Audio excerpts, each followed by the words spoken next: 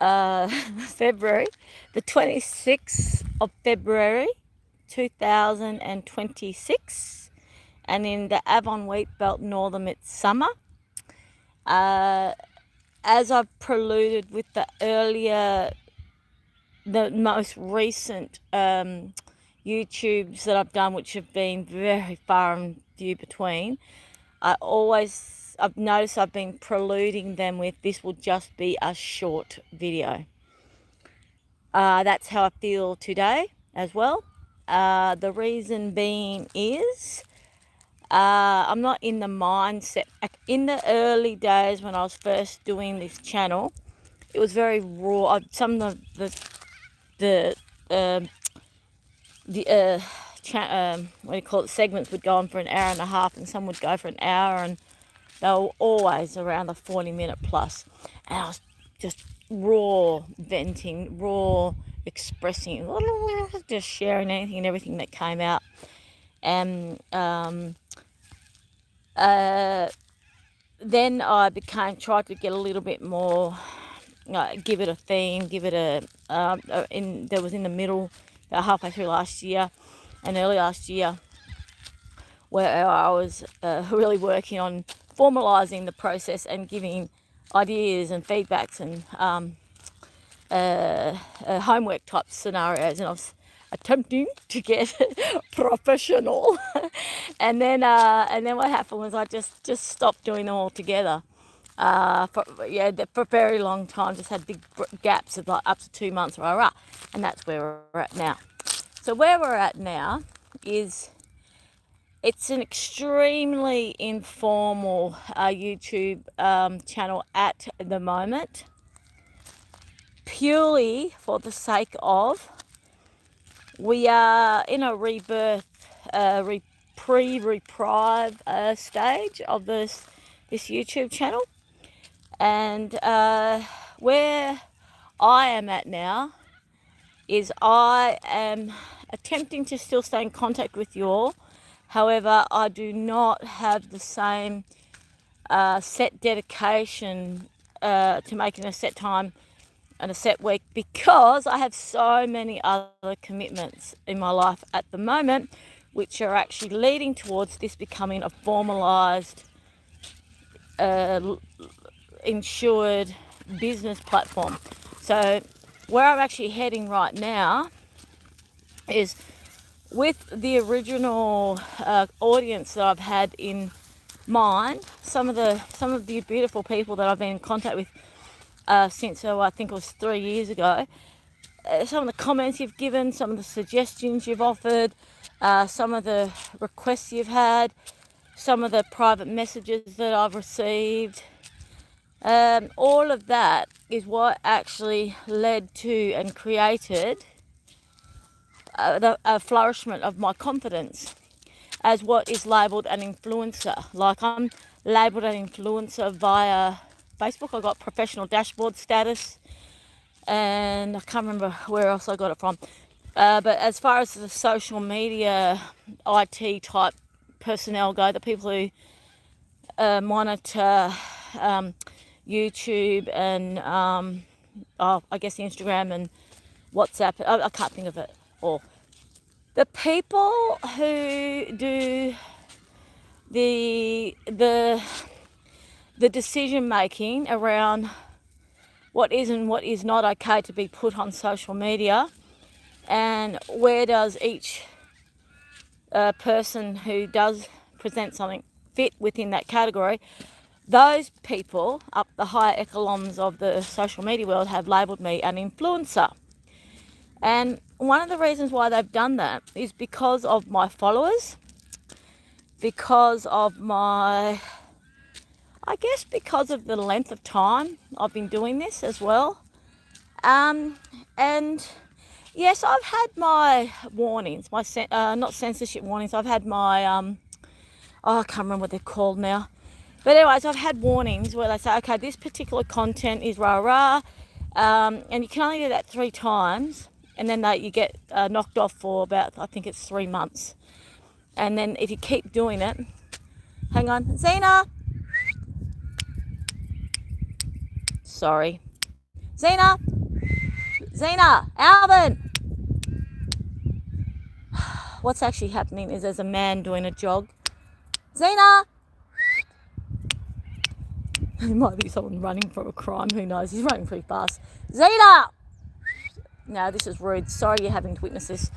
Zena! Come here now! Alvin! Zena! Alvin! Oi!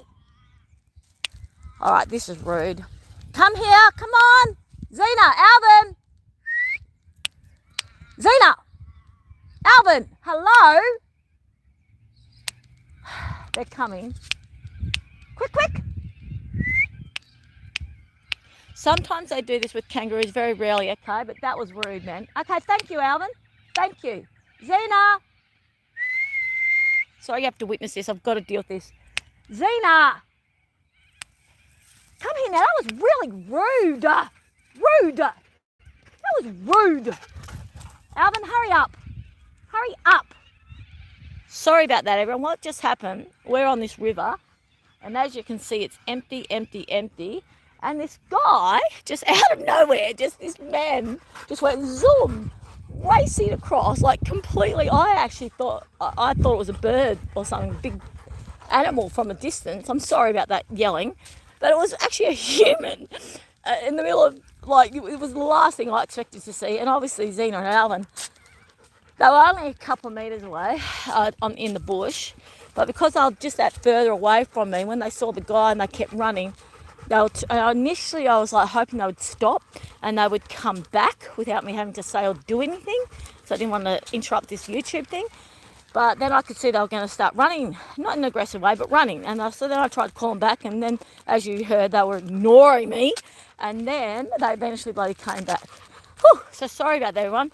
Welcome to the world of having dogs. The point of the story with that as well is that back to the influencer thing, I really wanted to honour that petitioning with the censorship stuff. Yes, there has been times when social media, the YouTube people and the Facebook people have said, right now, here's a warning. And then they're really clear. They say, if you get 3 warnings and you don't heed them, you will be banned for a certain period of time, blah, blah, blah, blah. And then I'm assuming there's some people out there who get longer and longer term frames. Anyways, I've never been banned. However, with the warnings, I did look at them and I go, you've got to be kidding me, that word? Like, they tell you what the word is. And the word that they were so up in arms about was the SUICIDAL word. So they really don't like anything to do with that.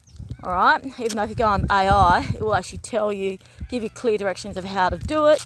So as you know, there's a lot of young people actually doing it, and AI is actually telling them how to do it, showing them how to do it, because it's a people-pleasing algorithm. So when you put a word in, it wants to give you a response that connects with what you've asked for. So it's pretty ridiculous that a person talking about their lived experience, talking about how they've survived that process, gets censored, and yet an AI gets to go crazy and actually step by step show someone how to do it. Anyway, point of the story, dogs nearby, it's okay. Point of the story is, I looked at all that and I said, yeah, I can still work within this framework. Yep, this is okay. And that's really interesting because as time's gone by, now I'm in the middle of doing a diploma in life coaching, purely to get the accreditation, purely so I can get the insurance and create this to be a taxed part of my tax, but to actually have my own business. And then my YouTube channel and my other channels will then be part of my business structure. And then, of course, it's all part of the goods and services tax, and then I can start selling your products. And because I've been in the process of creating curriculums and programs for about 30 something years. So I've got all these amazing manuals, which I've told you about many a time over. I've got so many workbooks and study guides and stuff that involves, the homework, but given covering all the different modalities. So depending on your learning ability, because visual, kinesthetic, auditory, and now we've got digital auditory. Depending on those modalities of learning, and there's a huge, and all these other layers of how we learn. Now, there's the DISC program. There's all sorts of ways of presenting information so that all the different of how different brains work, because everyone's different. Everyone is different. Even if you have people growing up in the same environment, exact same environment with the exact same experiences, they will still perceive that experience, that environment differently, because everyone's completely unique. And then what occurs is that each of those people creates a belief system and a value system based on their perceptions and their. So you can have 5 people who have been in the exact same environment. One of them could be, say, a car accident. They've all been involved in the exact same car accident, and they'll all share a story. It's the elephant story as well. Like when you get asked to describe there's this group of people standing in a circle, and they're looking at an elephant. This is a really good analogy, actually. I learned this in psychology when I was at university many years ago. So, you've got the elephant in the room. Actually, this is interesting. Yeah, the elephant in the room. That's probably where that saying came from. Mm-hmm. I don't know if you can see me. I cannot see you guys. To me, it's just a black screen. Anyways, basically, point of the story is, so you've got a circle of people and there's an elephant in the middle, and then each of these people is asked, what do you see? So each person gives a description of what they saw, and obviously each person's description is different because they're looking at it from a different perspective. So that elephant analogy is something that I got taught when I was in my mid-20s, I think, and it's really interesting analogy, and it really does help one. Look, when we're not too emotionally attached to a situation, and we're not, in our flight, fight, fright, amygdala breakdown process that so many of us go into when an experience is too extreme or too emotional, too tiring, or too this or too whatever, which happens to us a lot of the time, if not most of the time.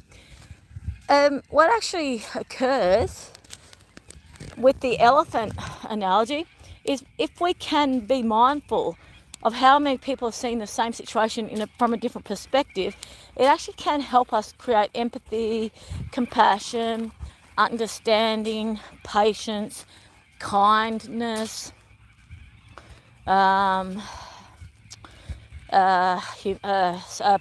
I've said that. Well, patience is a big one, people's. Acceptance. And then it can help you create safe boundaries around that particular issue, so you can actually take it away from what the person might be saying or doing, and thinking, okay, well, that person is perceiving it from such and such point. I'm perceiving from such and such point. Right now, I need to remove myself, or right now, whatever. And then in the future, I can find out their perspective. However, right now, I just need to understand that they are hearing, seeing, feeling, believing from that whatever perspective. I don't know what their perspective is. I just know my perspective is my perspective, and they don't necessarily understand what I'm going through. And this is a really great skill set in learning how to not feel immediately, upset or rejected or angry, or all the different first primary feelings that come up. So, because the primary feelings do come up because of the secondary feelings come up. The secondary feelings come up. That's the learned behaviour stuff. That does come up because of the primary feelings underneath. Primary feelings are always based on, actually I shouldn't say always based on, I don't know that for a fact. I personally feel there's a very high chance that primary feelings come from the childhood experiences, the learnt modalities from the 0 to 5. I'm in the full-on sun, everyone, and I don't know if you guys can see me at all. I actually didn't bring a hat today. So basically, what am I trying to say here? With everything that I've been learning with my current diploma, the reason why I'm doing this diploma is to bring together lots that I've been learning since I was in my mid-20s, and re-upping my accreditation so I can get the insurance, so I can create a business that's where I've got my trademark, my goods and services tax, goods and services classes allocated, and I do my BAS statements, and right, it's a proper legit business, which is what I've been wishing and desiring to do for so long, like, oh my Lord, since I was in my early 20s. Now, why haven't I done it? Good question. Very good question. And it's a similar question that there's many of us that have these dreams and visions and aspirations, and we're aware of them when we're really young. And then we make efforts and attempts and pathways to create that. And then along the way, we've got the inner saboteur that basically knocks what we believed was our destiny. Like, I've been really clear of what one of my destinies is since I was 3 years old. Have I achieved that yet? Not to the level that I thought I'd have done by the time I was 25. All right, so what did that do? Made me for me to feel like I was a failure. Is that true? No. In every single way, I've been successful. I've been so successful, and I've been achieving in a wondrous way. And the pathways, obviously there's been sabotage going on, and dogs are just there in case you're wondering, only 2 meters away from me. Basically, I've got to be careful of snakes. I'm walking through the ground here. I don't know if you can see. I've got thongies on, but I do have to be careful of snakes. That's one of the reasons why I don't like doing this YouTube channel during my walks, because especially in summer, in case something like that happened before with the dogs and I have to yell out, but also because I do have to be careful of snakes. When's the time and place to do this YouTube channel? Yeah, we'll get there. Anyways, point of the story is, what I've been learning, I'm 55 now, what I have been learning in my life, I truly believe, is exactly what God required of me to learn. Many of the lessons have been, whoa, man, like, whoa. Whoa! And that's a common story, isn't it? Like, how many of us have had a life where we go, oh my Lord. So when you're this little tiny little child, we didn't envisage this life. It's not what we planned. Oh no, it's not what we planned at all. And yeah, there's a lot. When stuff goes wrong in our life, a lot of that is our self-saboteur. A lot of that is us blocking ourselves from truly succeeding, truly being our destined purpose per se. Now, in saying that, we'll talk about that more and more and more and more and more over the years. And also, in saying that, that's what a lot of my learning study guides, what I've been creating over the last 20 years. I've got everything. The first thing I ever wrote when I was 12.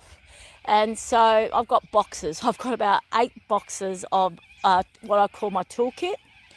And it is, and in that is also stuff that I printed out, that stuff you wouldn't get on the internet now because of all these ridiculous laws that have come out and how society has gone. There's actually stuff that I accessed when I was younger that probably now you couldn't access. Really important information that now would be considered this, and this, because as you know, the world is at the moment has gone really like satanical, and so anything to do with truth and authentic expression of real, realness, a lot of that is heavily, as you know, censored, and yeah, and so we are in challenging times in that regard. However, there's thousands of people like myself, thousands of us, and we're like the visionaries, the illuminators, the inspirers, the influencers, like the words, the messages that I get from people the actual messages that I get from people when they explain to me what I'm achieving for them, how I'm supporting and helping them grow, I'm like, wow, just one person. That's one person. That's one person making that much of a difference. And that amazed me. And it was exactly what I needed to hear. And nothing about vanity here. I'm the most humble person. I'm one of these people that struggles with success. I struggle with being seen. Yeah. How's that for a challenge? I struggle with being acknowledged. Why is that? Because I had a belief and a mindset that I wasn't worthy, that I didn't have anything to share, that I had to prove, that I had to qualify and credentialise anything I said with 12 references per se, right? Blah, blah, blah, blah, blah, blah. And that was one of my sabotages, where I cannot do this, or this until I've done this, and this, and this, and this, and this, and this, and this, and this, and this, and this, and this, and that, and that, and that, and that, and that. So I was actually making it impossible to succeed in a dream of mine. Completely, I was making it impossible. And that's ADHD, people's, that's all sorts of reasons behind that. And then what's happened for me is I'm learning step by step by step by step by step, getting there. So I'm really close to actually launching my business. I'm so close. Do I have every T crossed and every I dotted just yet? No. And what's occurring is the modalities of learnings is one thing I had to really take into place. I'm a kinesthetic learner. So university didn't work for me. I found, so I very likely do have ADHD. I'm not actually, don't have the certification to say it. However, I've had lots of people, including my doctor, who thoroughly believe that that's where my brain's at. But to get the testing is challenging in this world that we have, even when you're young. Like, even if you're a young'un, to get tested is challenging. When you're my age, you're not perceived as really that important to get tested for these things. However, the more you learn about all these different labels, however, these labels are just a bunch of behavioural survival mechanisms. Why? The more and more and more neuroscience is being accepted and appreciated, and the more testing that gets done, and with technology we can look into the brain more. The more that happens, the more understanding of the neurodivergent brain there is. And the neurodivergent brain is like really prevalent. Definitely within Western culture, yes, because of all sorts of reasons. The inundation of social media and screen time, the inundation of, unfortunately, of the diets, like the sugars and the preservatives and the medications a lot of people get given, There's many different reasons, okay, for why we have a higher range of neurodivergent, the faster world that's more, a lot of brains, a lot of bodies. You know, if you want to think about the farmer style way, the old school way of living, a lot of us really love the hard labour, the tactileness of living, right?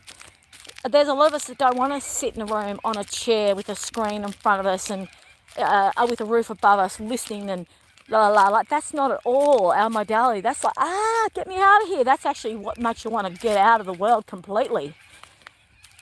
And so, unfortunately, as a lot of us know, schools and universities are set up for the auditory learner, which is 10%. Believe it or not, that's only 10% of 10% of people are auditory learners. 40% are kinesthetic, and our system does not actually work with the kinesthetic learners. So most of those kinesthetic learners develop ADHD tendencies because they're trapped within a system that's not allowing them to learn the way they desire to learn. So if we were actually in another system, maybe there wouldn't be so many ADHD people, because the kinesthetic learners would be out there doing the hard way. Well, we're the ones that We can do the hard stuff, and we need the auditory learners. We need the people who are happy to sit down and not be very active. Well, it's all about balance, right? That's the same with blood types. When you go OAB, and then you've got the ABs. So the ABs are very similar to the digital auditory people. AB came about, I think, about 50 or 60 years ago. So anyways, point of the story, gorgeous ones, is that when this YouTube started, it was a lifeline reach out, and thank the Lord for that, okay? And that was God that said, tell the world your story. And because back then I couldn't actually get my hand and my brain to work, I was having major mental breakdown, lasted for about 2.5 years, and I couldn't write. I couldn't get my body to do what my brain wanted it to do, and vice versa. I couldn't get my brain to stop ruminating and looping. And this is a common story for many people. And my brain and my body were just in overload, and they weren't aligned with each other, and there was just too many stresses, and I didn't have the skill sets of how to regulate. And there's not that much out there to help us regulate. All that I was offered was medication. All they wanted to do was put me on antidepressants, right? And there was actually one point where I thought, look, I'll give it a go for a short while, but I thought, this isn't a cure. This isn't going to help me with this. Got to get out of the sun. This isn't actually a cure per se. I'll do it just temporarily because I'm in a really dangerous situation right now. Like, my life was at risk I was in a really dangerous situation because they're down there. I was in a really, really dangerous situation because nearly everything in my life wasn't working, and it was just too many things not working. So yeah, okay, I'll give the antidepressants a go, and I did that. But yeah, they don't do anything. For me, they did nothing. Really, very little, okay? They just numb you out to a degree. But even it wasn't numbing me out, man. I could still feel everything. And it's like that, okay? Like, some people, they might numb out to the point where they're zombies. Other people, they don't work with at all. Now, there are a lot of ways of learning and healing out there now. It's getting there. In the last, I don't know how long. See, there's still water. I don't know if you can see the water. We've still got water in the river. Woohoo! So exciting. I don't know what you can see. So anyways, point of the story is there's a lot of people out there who are now being really brave and bringing out really amazing abilities for the world to heal and move forward, and for people to heal, and like proper real healing, and it actually mostly, if not always, comes down to looking at your belief systems, looking at your perception of who you are and the world, your filter of the world and your place in it. And then when one really gets clear, I don't know if you can see my little Xena, my darling Xena, oh, gorgeous little Xena. There's Alvin in the water. Woohoo! So what I'm trying to share with you all just quickly right now is the modalities of how we learn and perceive is so important to comprehend. When we really understand how we learn, how we take information, and what environment we need to be in order to learn and to grow, then we can really start being successful. And by success means something different to everyone. All right? Success for me means inner peace. Success for me means being of service. Success for me means having this really amazingly regulated routine. And by regulated, I don't mean regulated as in rule-based. No. I mean regulated as in it's got a rhythm. It's got this really nice, like this really flowy routine. All right, that's really structured. And I've never had this my whole life. I have never had structure. I did not grow up in a structured environment. I've created and been in situations where I was expected to be the one that did pretty much everything, okay? And then once I created the system, the ones underneath, the ones who chose to put themselves underneath would go, oh, woohoo, we've got a structure. And then they would support that structure, and then there would be a semblance of structure. However, if I had a frazzle moment or a fragmentation moment or an exhaustion moment, that structure would disappear, because those particular people were relying on me to keep and maintain the structure. They just wanted to be the ones that basically helped create the structure to survive, but they weren't willing to actually be part of making sure the structure survived. Does that make sense?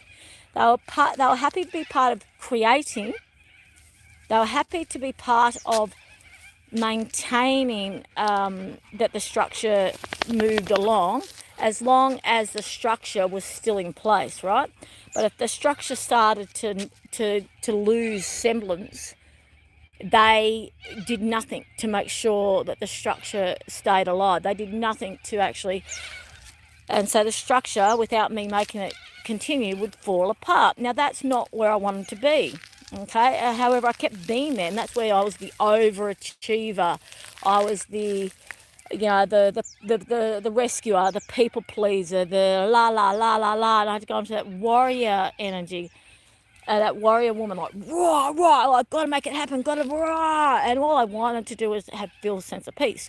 All I wanted to do was a sense of relaxation, a sense of working as a team. Now, I actually have created that in my life now. Why? How? Because I really started to learn how important it was to me to only be around and with people who were working with me,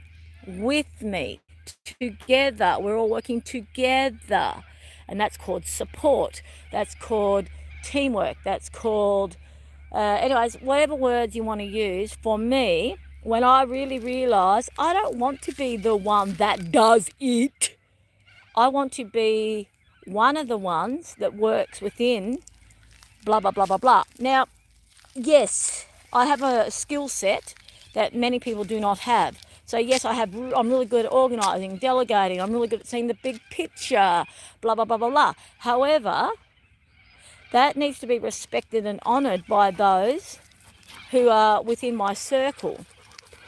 So when they can see I'm a really good organiser, that doesn't mean I want to be the organiser all the time.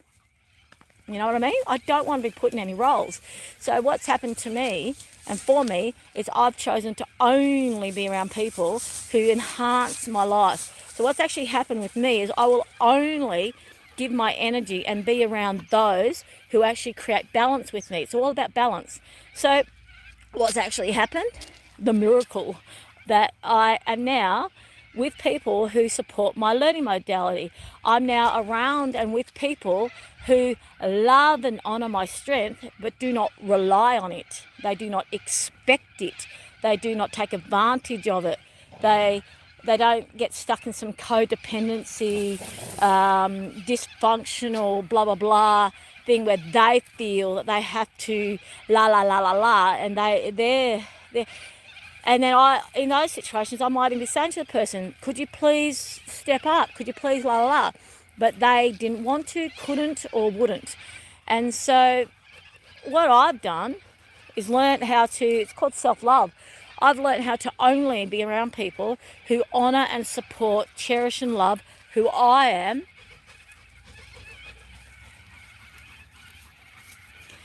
And then we work well together in life. Now, how this happens is I can have my moments of strength. I can be a person of strength and conviction and all my amazing qualities. And then when I need my respite time, when I need my low down time, when I need my re-regulating time, they hold me, embrace me, support me, and treat me as someone who has none of those skills.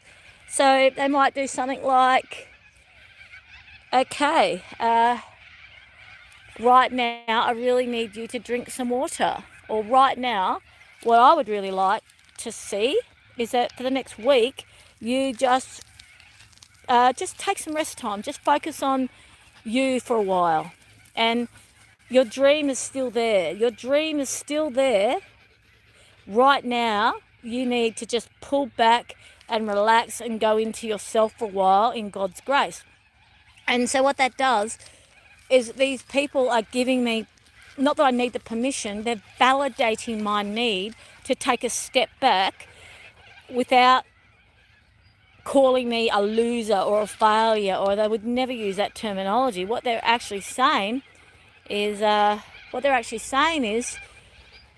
in your successful journey, right now is your time out time. Right now, and the other day when I was really freaking out about something, because I had my training coming up, it was face-to-face training down in Perth, which is a city down the road about an hour and a half from where I live, and I love my life. I'm a really quiet, I have agoraphobic tendencies. I love being alone, me and my partner and a couple of my friends and my animals. My partner's my animals, and we have a really quiet, peaceful life, and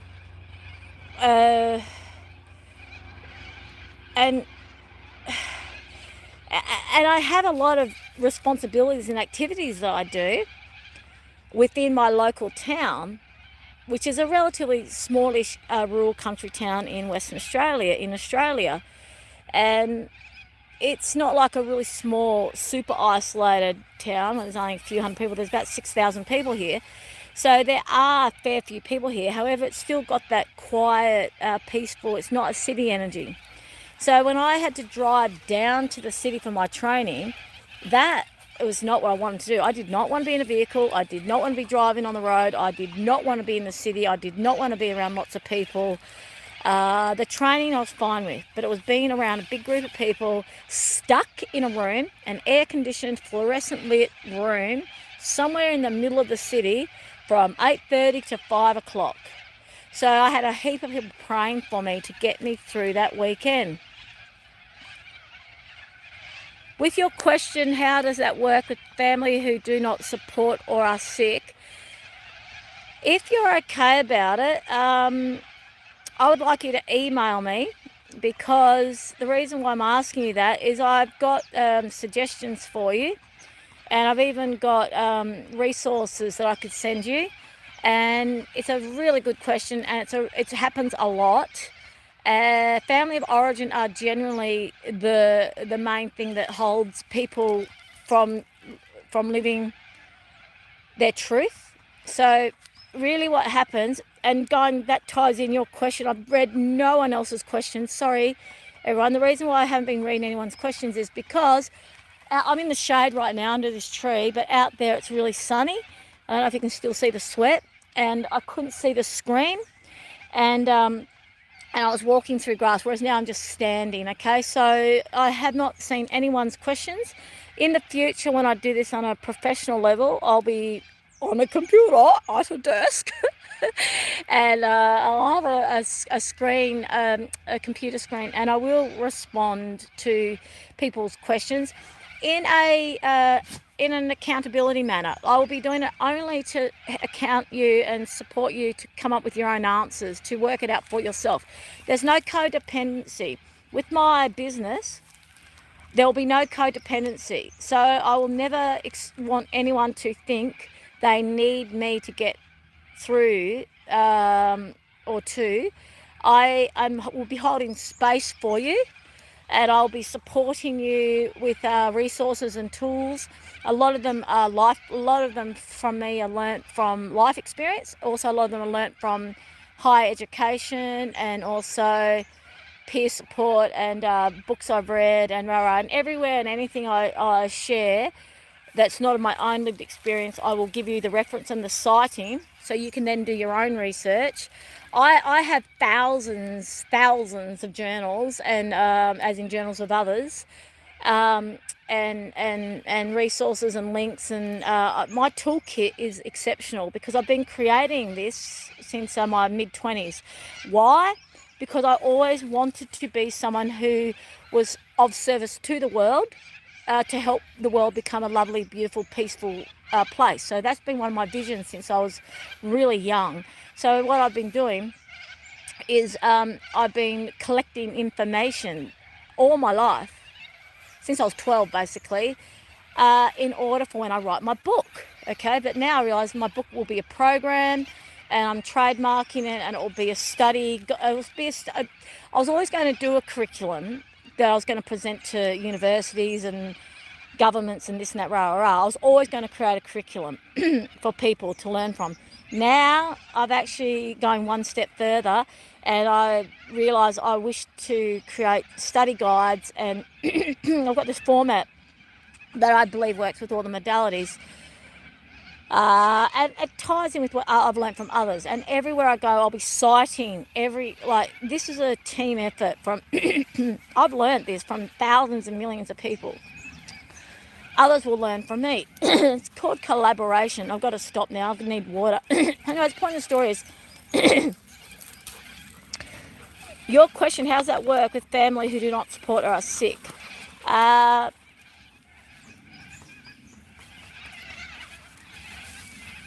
learning modality, one of my learning modalities, all right, what I really need to learn well, I need a peaceful environment, like very little noise distraction. I don't mind if it's birds, but no other noises, all right? Why is that? Okay, we can go into that. My brain cannot handle too much at one time. I can absorb. I've got a super fast brain. My intellect is extremely high. My IQ is high and my EQ is high. I'm in a group, right? That I'm in this particular group, right? That you can put me in the genius group if you like. My father was one as well. Now, if you aren't given, and my son's one of my sons is one as well. Now, so it's partially in our DNA. However, what actually happens with a super fast brain, as you know, with the computers and cars, any engine that's running really, really, really fast gets over hot, and it needs to be ventilated. It needs to have a protection brake system.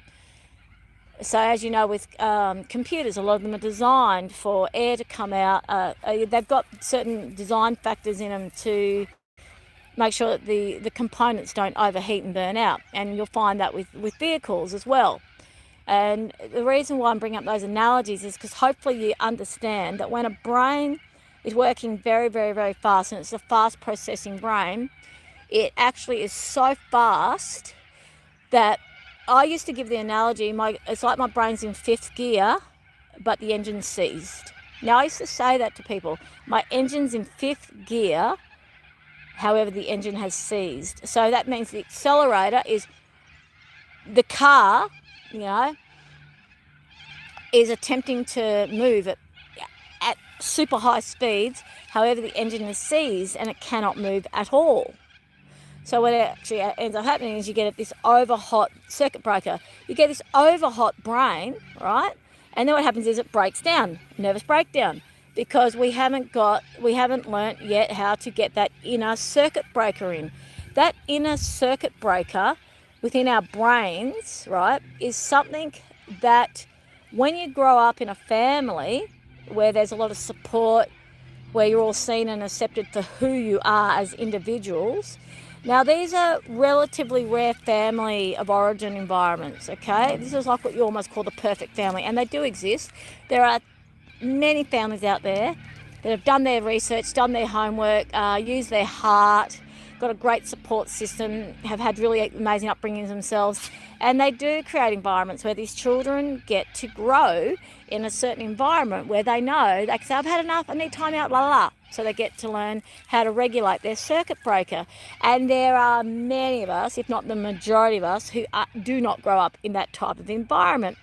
And so what actually happens is we learn really bad habits at a really early age, and they're all self-surviving habits. They're all like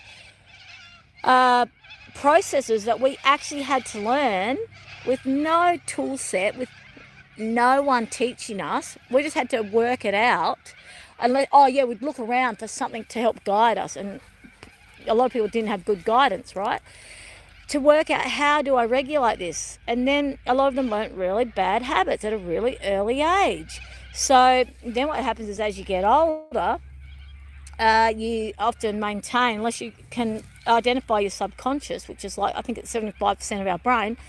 If you can really identify your subconscious and really identify the belief systems and the perspectives that set off that modality, that set off that habit. Sorry, there's a difference between habit and modalities. I've got to go, the dogs are thirsty. Anyways, Alvin, we're going. So basically what happened was, come on, let's go. So basically what's happened is, a lot of families are okay, say if your engine's seized, and what you really need is someone to give you some oil and to turn the ignition off, and to give you some oil and to put some water in the radiator, blah, blah, blah. Okay, that's what you need. What a lot of families do, will go, get going, what are you doing? Why have you stopped? Come here, Alvin. Alvin.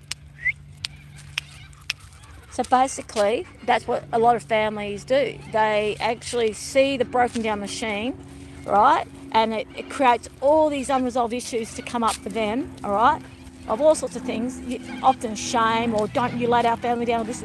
And what they unfortunately do is they don't care whether they destroy that vehicle altogether, as long as they maintain their belief system. Because if they lose their belief system, they're like, oh my lordy, I have nothing. A lot of people hold on to their belief system as if it's who they are. So they have to make sure everything around them keeps reflecting their belief system. So that's where families are often the worst and hardest and biggest, most horrendous abusers, because they are, no, we have to keep this pattern in place that we've had since forever. And if you've got a sick person, depends on how they're viewing their sickness. So some people view their sickness, I was really sick for a really long time. Couldn't walk, couldn't move my arm, I was bedridden. The last 3 or 4 years, I've been bedridden, been unable to walk. Like the list just goes on and on and on. I thought I was going to have to get a mobility chair. And as you can see now, I'm walking. I was walking with a cane, but I was actually going to have to go to a mobility chair because I couldn't walk. I was actually stuck in bed. I think it was for 2 or 3 weeks at a time, because I couldn't move my shoulders, my wrists. I couldn't make my wrists and my shoulder. I couldn't lift my wrists up. I couldn't dress myself. I couldn't brush my hair. I could barely brush my teeth. It was awful. Okay, so the people around me loved me in that sickness. And Alvin, Zena, and did I feel like a burden? Yes, but I had to really work through those feelings. I wasn't choosing to be sick. I didn't want to be sick. I was sick, full stop. And now I've got a great support system around me that's making sure I don't get that sick ever again. Now, my sickness was a lot of unresolved, really extreme childhood trauma coming out of my body. And I was looking at it that way. I was like, okay, I'm going to look at this limitation and what am I being shown or taught? What do I need to... So I've got that analytical brain. Okay, I've got high emotional intelligence. Look into emotional intelligence. Develop your emotional intelligence. So if you've got family who are holding you back, and you've got people in your family who are sick holding you back, look at emotional intelligence and look at where yours is, and then start to really get in touch with, present with your feelings. Because when you get in touch with your feelings, then you can start having honest communications. And sometimes that honest communication might be, I need to have time out. I have a sister that I have nothing to do with. I have not had a single thing to do with her for a really long time.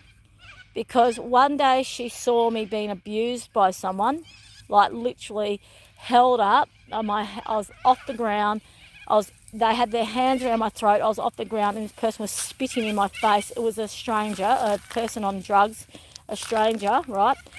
However, what happened was she and I were on a Skype call, and I didn't know that this person just attacked me, right? And then what actually happened was, I didn't know she was still on the call. In the background, I could hear this person going, "You okay, okay, okay?" And I was like shocked. And then she goes, "Call the police, call the police." And I was in shock. I couldn't think, right? And then what actually happened was, and I remember saying something like, "You call the police, you call the police." And she goes, I will. And then, Alvin. And then what happened was, I don't know why, I was in so much shock. I just assumed that she'd called the police, right? But she never did. Then what happened the following day, she sent me a message going, "You are a loser, la la la la la, blah blah blah blah blah." And then she deleted me off Facebook, so we could never have a Facebook phone, because this was you know when you're on Facebook and there's a video of the call, and it was all chin wagging, ha ha ha, la la la, and she was a sister who I love with my heart and soul, and I still do, in my heart I love her. However, for her to call me a loser when I'm being horrendously attacked by someone, to me was a boundary breaker, okay?